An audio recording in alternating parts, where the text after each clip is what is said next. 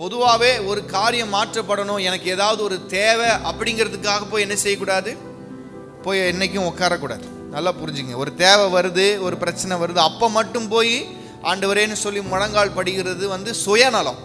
ஆனால் ஆண்டவர் என்ன விரும்புகிறார்னா, நீ எப்பொழுதும் என்னுடைய பிரசன்னத்தில் இரு, உனக்கு பிரச்சனைகள் போராட்டங்கள் வரும்போது அதை சமாளிக்க திராணியே உனக்கு நான் கொடுப்பேன். ஆமென் சொல்லுங்க. அதை ஆவியினாலே உயிரடைய பண்ணுவேன். இன்றைக்கு அப்படிதான் ஆண்டவர் நம்முடைய காரியங்களை இந்த வருஷத்துல மாற்ற போகிறார். ஆமென் சொல்லுங்க.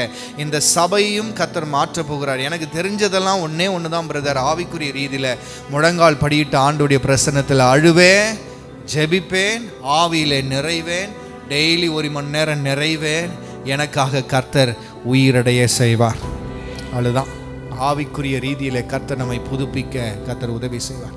சில நேரங்களில் கர்த்தர் வியாதிகள் வராதபடிக்கு கூட என்ன செய்வார், கர்த்தர் நம்மை தடுத்து போடுவார். உன்னை உலர்ந்த எலும்புகளுக்குள்ள அனுப்பாதபடிக்கு, அந்த நிலைமைக்கு கொண்டு போகாத அளவுக்கு கர்த்தர் நம்மை தடுப்பார். எப்பொழுதும் தேவ பிரசன்னத்தில் ஆவியில் நிறைந்து கொண்டே இருக்கிற ஒரு அனுபவத்தில் இருக்கிற மனுஷனுக்கு எங்கெல்லாம் நதி போகிறதோ அங்கெல்லாம் கர்த்தர் நம்மை எடுத்து கொண்டு போகிறார். ஆமென் சொல்லுங்க.